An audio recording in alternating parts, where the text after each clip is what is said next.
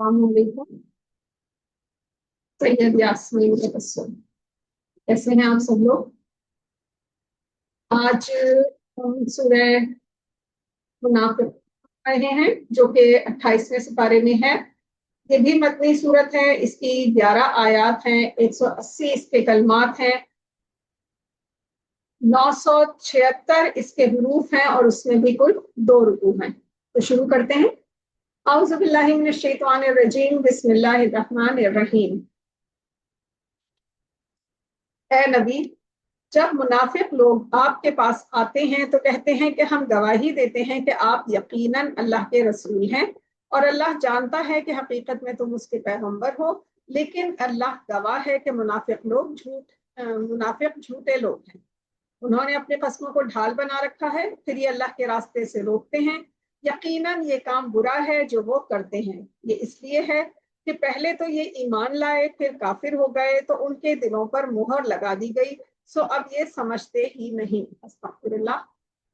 اور جب تم ان کے متناسب اعضاء کو دیکھتے ہو تو ان کے جسم تمہیں کیا ہی اچھے معلوم ہوتے ہیں، اور جب وہ گفتگو کرتے ہیں تو تم ان کی تقریر کو توجہ سے سنتے ہو تو گویا یہ لکڑیاں ہیں جو دیواروں سے لگا دی گئی ہیں، بزدل ایسے کہ ہر زور کی آواز کو بلا سمجھیں۔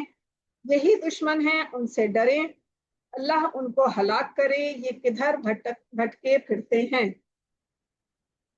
اور جب ان سے کہا جائے کہ آؤ رسول کے پاس چلیں تو تمہارے لیے دعائے مغفرت کر دیں گے تو سر ہلا دیتے ہیں، اور تم ان کو دیکھو کہ وہ تکبر کرتے ہوئے منہ پھیر لیتے ہیں۔ استغفر اللہ۔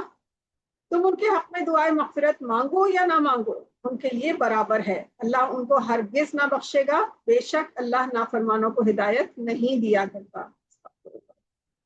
یہی ہیں وہ لوگ جو کہتے ہیں کہ جو لوگ اللہ کے رسول کے پاس رہتے ہیں ان پر کچھ خرچ نہ کرو یہاں تک کہ وہ خود بخود بھاگ جائیں، حالانکہ آسمانوں اور زمین کے خزانے اللہ ہی کے پاس ہیں، لیکن منافق سمجھتے ہی نہیں۔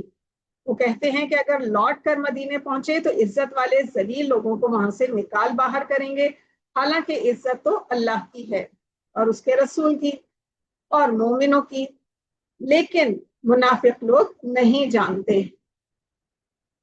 مومنوں، تم کو تمہارے مال اور اولاد اللہ کی یاد سے غافل نہ کر دیں، اور جو لوگ ایسا کریں گے وہ خسارہ اٹھانے والے ہوں گے۔ اور جو مال ہم نے تم کو دیا ہے اس میں سے اس وقت سے بیشتر خرچ کر لو کہ تم میں سے کسی کی موت آ جائے، تو پھر کہنے لگے اے میرے پروردگار، تو نے مجھے تھوڑی سی اور مہلت نہ دی کہ میں خیرات کر لیتا اور نیک لوگوں میں داخل ہو جاتا۔ اور جب کسی کی موت آ جاتی ہے تو اللہ اس کو ہرگز مہلت نہیں دیتا، اور جو کچھ تم کرتے ہو اللہ اس سے باخبر ہے۔ صدق اللہ العظیم۔ یہاں پر الحمدللہ ہماری سورہ منافقون بھی مکمل ہوئی۔ انشاءاللہ اگلی سورہ تغابن اب ہم پڑھیں گے۔ دعا ہے کہ اللہ تعالی ہمیں نیکی کے راستے پر چلنے کی توفیق عطا فرمائے، آمین یا رب العالمین۔